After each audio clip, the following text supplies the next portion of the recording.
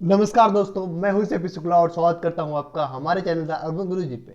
आज हम जानेंगे कि सिक्किम का हमारे देश में विलय कैसे हुआ और सिक्किम राज्य के बारे में कौन कौन सी ऐसी चीज़ें हैं जो हमारे लिए जानने लायक हैं, और उसकी जो रणनीतिक लोकेशन है या फिर स्ट्रेटेजिक लोकेशन जिसको बोलते हैं, वो हमारे लिए कैसे बहुत ज़रूरी है, और उसका जो प्रोटेक्टरेट स्टेटस है वो कैसे बदला, और भारत ने उसके ऊपर क्या क्या ऐसी प्रिविलेज भारत को मिली उसके द्वारा जो हमें अलग बनाती हैं बाकी देशों की तुलना में। तो इन सारी चीज़ों के लिए हम इस वीडियो को देखेंगे। और अगर आप गवर्नमेंट एग्जाम की तैयारी कर रहे हैं तो आपको सिक्किम मर्जर के सेक्शन में और हिस्ट्री से भी और पॉलिटी से भी बहुत सारे क्वेश्चन देखने को मिलते हैं, और यूपीएससी में भी आपको देखने को मिल सकते हैं, या फिर आप स्टेट एग्जाम्स की बात करो तो वहाँ भी आपको देखने को मिल सकते हैं। तो हम लोग लेक्चर को स्टार्ट करेंगे। सबसे पहले हम देखेंगे सिक्किम राज्य का इतिहास कैसा रहा है और उसका ट्रेडिशन है वो कैसे हमारे देश के ट्रेडिशन से थोड़ा अलग रहा है। तो हम लेक्चर को पहले स्टार्ट करते हैं। हम देखते हैं कि लोकेशन क्या है। तो किसी भी चीज़ के लिए सबसे बड़ी इंपॉर्टेंट चीज़ है कि उसकी लोकेशन। तो भारत का जो नॉर्थ ईस्टर्न साइड है या फिर उत्तर पूर्वी हिस्सा है, उसमें अगर आप वेस्ट बंगाल के ऊपरी हिस्से में जाओगे थोड़ा सा, दार्जिलिंग के जस्ट ऊपर, तो आपको मिलेगा सिक्किम स्टेट। ये भारत का फुली ऑर्गेनिक स्टेट है। तो भारत का एकमात्र ऐसा राज्य है जहाँ पे आप जो केमिकल फर्टिलाइजर का यूज है वो नहीं करते हैं, ज़्यादातर नेचुरल फर्टिलाइजर का ही या फिर ऑर्गेनिक फर्टिलाइजर का यूज करते हैं।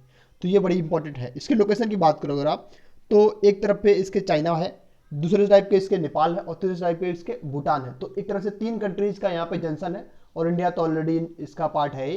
तो 3 से 4 कंट्रीज का जंक्शन है। तो हमारे लिए स्ट्रेटेजिकली आप देखो तो एक बहुत इंपॉर्टेंट लोकेशन बन जाती है सिक्किम की। और रिसेंटली जो डोकलाम का स्टैंड अप हुआ था तो ये सिक्किम के पास में ही हुआ था। और 1967 में नाथुला वार जो भारत और चीन की हुई थी, जहाँ पे भारतीय सैनिकों ने बहुत बहादुरी दिखाई थी, वो भी यहीं पे हुई थी, और सिक्किम का ही वो पार्ट था। तो हम लोग आगे बात करते हैं कि सिक्किम की हिस्ट्री क्या है। तो सिक्किम की अगर आप इंडिया में मर्जर की बात करो या फिर भारत में विलय की बात करो तो 1975 में माना जाता है कि 26 मई 1975 को भारत में इसका ऑफिशियली विलय हुआ, और प्रेसिडेंट ने उस टाइम के इसको रेटिफाई किया as a 22nd Indian state. तो अब उस टाइम पे हुआ क्या था कि मोनार्क जो वहाँ के थे या फिर राजा जो होते थे, क्योंकि ये हिमालयन किंगडम था तो यहाँ पे राजा होते थे, तो राजा के खिलाफ पब्लिक ने मास गैदरिंग करी और प्रोटेस्ट स्टार्ट हो गए, क्योंकि राजा ने बहुत सारी एक जो उनके खिलाफ एट्रोसिटीज करी थी या फिर जो पॉलिसीज उनकी थी वो बहुत अच्छी नहीं थी। तो प्रोटेस्ट हुआ उनके खिलाफ, और बाद में क्या हुआ कि ओवरथ्रोन कर दिया पब्लिक ने वहाँ की राजा को, और फिर रेफरेंडम हुआ। रेफरेंडम में अप्रॉक्सीमेटली 97.5% पीपल जो है वहाँ के लोगों ने भारत में सम्मिलित होना स्वीकार किया और भारत का हिस्सा बने वो। और ये 36वें अमेंडमेंट में हुआ था। इसको आप ध्यान में नोट कर सकते हैं। और पहले जो मुख्यमंत्री बने वो काजी लेंदुप दोरजी, और ये कांग्रेस के पहले चीफ मिनिस्टर वहाँ पे बने सिक्किम के।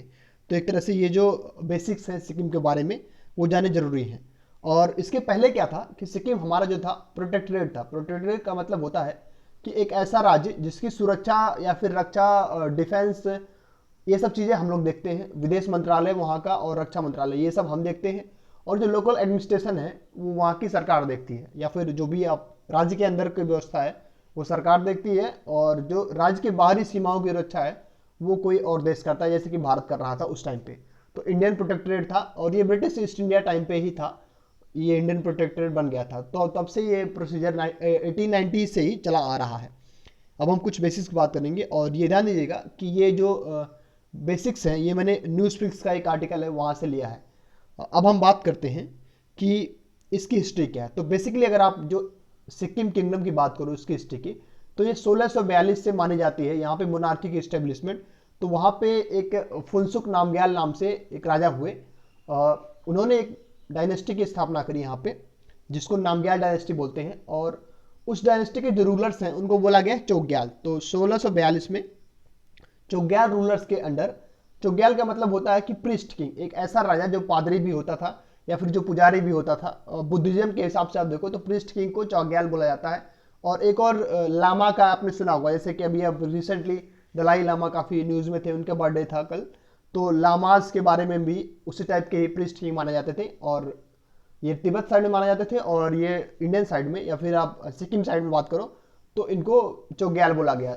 ओरिजिन की बात करो अगर आप लामास की या फिर चोग्याल्स की, आप देखो तो लद्दाख में भी चोग्याल या नामग्याल ही पहले रूलर थे, क्योंकि उनकी जो ओरिजिन है दोनों या तीनों की वो ईस्टर्न तिब्बत साइड में हुई है। एंशियंट टाइम पे जब बुद्धिज्म का एक्सपेंशन हो रहा था तो उस टाइम पे यहाँ पे चोग्याल रूलर्स का ओरिजिन हुआ। और उन्होंने बहुत सारे हिमालयन किंगडम में अपने जो एक्सपेंशन करे, तो उसी में से एक यहाँ पे सिक्किम के रूलर थे। अब इनिशियली जब यहाँ पे इस्टेब्लिशमेंट हुई तो काफ़ी स्मूथ चल रही थी चीज़ें। उसके बाद से क्या हुआ कि आसपास के जो रीजन है, जैसे कि नेपाल के जो किंगडम थे वहाँ पे गोरखा किंगडम जिसको बोलते थे, और भूटान के जो भूटिया किंगडम थे, तो इन दोनों ने क्या किया, क्योंकि ये स्ट्रेटेजिकली बहुत इंपॉर्टेंट लोकेशन थी ट्रेड के लिए, तो यहाँ पे एंक्रोचमेंट स्टार्ट कर दी, यहाँ पे हमले स्टार्ट कर दिए। बहुत सारी लड़ाइयाँ यहाँ पे लड़ी, जहाँ पे अंग्रेजों ने अंग्रेजों ने यहाँ पे साथ दिया सिक्किम के राजाओं का, क्योंकि इनको सुरक्षा के लिए बहुत सारे सैनिक इनके पास नहीं थे।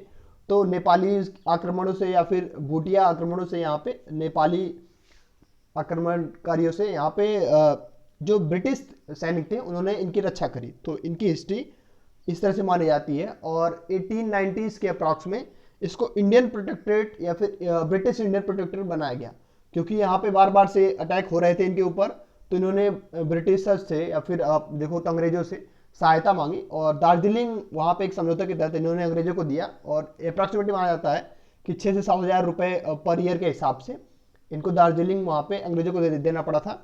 और उस टाइप के ट्रीटीज के माध्यम से इनकी सुरक्षा अंग्रेज करते थे। 1890s के बाद से जब अंग्रेजों की स्थिति थोड़ी कमज़ोर होनी पड़ी, तो 1947 में जब भारत आज़ाद हुआ, तो इसका जो स्टेटस है प्रोटेक्टरेट का वो चेंज नहीं हुआ, और ये ब्रिटिश ईस्ट इंडियन प्रोटेक्टरेट से या फिर ब्रिटिश इंडियन प्रोटेक्टरेट से इंडियन प्रोटेक्टरेट में चेंज हुआ। तो इसकी हिस्ट्री में क्या था कि भारत का ये प्रोटेक्टरेट था पहले।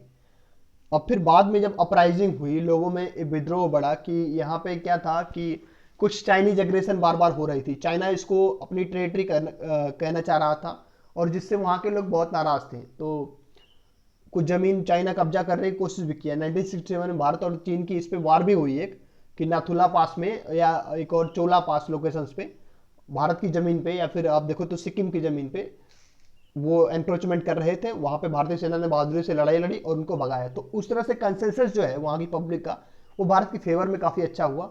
और बीच में क्या हुआ कि बहुत सारी ताकतें, जब उस टाइम पे कोल्ड वार चल रही थी, तो जो उसकी प्रो ताकतें थी वो उसको सिक्किम को भारत से अलग करने की प्रयास कर रहे थे। तो उस टाइम पे भारत के जो वहाँ पे सीनियर IAS अफसर थे, अजीत डोभाल जी, या IPS अफसर थे, उनका यहाँ पे कंट्रीब्यूशन बहुत इंपॉर्टेंट माना जाता है, क्योंकि उन्होंने ही एक पब्लिक में कंसेंसस भारत के प्रो में या फिर भारत के पक्ष में डेवलप किया कि भारत हमेशा से ही आपका एक जो गुडविल है, गुडविल चाहने वाला देश है, और भारत के, अगर आप भारत के अंदर रहते हैं तो आपकी सुरक्षा हमेशा सिक्योर रहेगी, या फिर आपकी सुरक्षा हमेशा बरकरार रहेगी।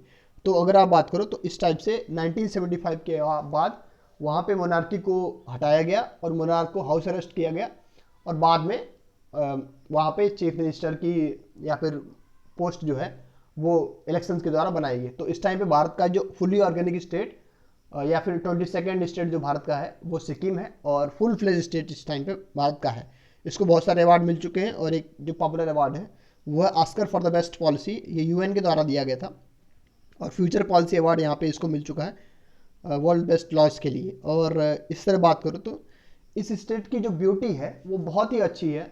और यहाँ पे सुंदरता के रूप में बात करो तो जितने भी प्राकृतिक संसाधन हैं वो एकदम ऐसे आपको दिखाई देंगे कि वहाँ पे जो ह्यूमन इंटरफेरेंस है या फिर जो पोल्यूशन है वो बहुत ही लेस है। तो अगर आप घूमना चाहते हैं, कोई भी मतलब एक्सप्लोर करना चाहते हैं हिमालयन किंगडम्स को, या फिर आपकी लाइफ का एस्पेक्ट होता है घूमने का मन, तो आप सिक्किम जा सकते हैं। ये बहुत फेयर प्राइस पे आपको रीजनेबली काफ़ी कम आपका खर्चा होगा। और भारत में एक ऐसी लोकेशन जहाँ पे आपको ऑर्गेनिक फूड मिलेगा, ऑर्गेनिक वेजिटेबल्स मिलेंगे, या ऑर्गेनिक फार्मिंग मिलेगी आपको, तो ये सिक्किम है। और मज़े की बात ये कि भारत के लिए एक ऐसी लोकेशन जो भारत के सामरिक रूप से एक ऐसा कंट्री बनाती है, जहाँ पे आप देखो तो जंक्शन पॉइंट है नेपाल का, भूटान का, चाइना का और इंडिया का। तो वहाँ से भारत को एडवांटेज मिलता है कि वो अपने ट्रेड को एक्सपेंड कर सकता है अगर वो करना चाहे तो। इसके अलावा अगर हम बात करें तो ये आपको मैंने एक इमेज दिखा रखी है कि कैसे ब्यूटी है वहाँ की, जो नेचुरल ब्यूटी है सिक्किम की एक्सप्लोर है। आप देखो ये बहुत सारे पहाड़ यहाँ पे हैं, एक सनसाइन यहाँ पे दिखाई दे रहा है, और बहुत सारे जो ग्रीनरी है वो दिखाई दे रही है। तो इस प्रकार से आप देखो तो सिक्किम भारत का हिस्सा बना और अभी भी भारत का हिस्सा है। और भारत के लिए एक बहुत अच्छी बात है कि एक हिमालयन किंगडम भारत का हिस्सा बना। और बुद्धिज़्म के साथ साथ भारत के जो एथनिक ग्रुप्स हैं उनका भी वहाँ पे एक्सपेंशन देखा गया। तो अगर आपको ये लेक्चर प्रोडक्टिव लगा हो तो अपने फ्रेंड्स के साथ शेयर करिए, और इसी प्रकार की जानकारियों के लिए हमें कमेंट बॉक्स में अपने जो क्वेरीज हैं उसको आप टेक्स्ट कर सकते हैं। Thank you very much for watching this video.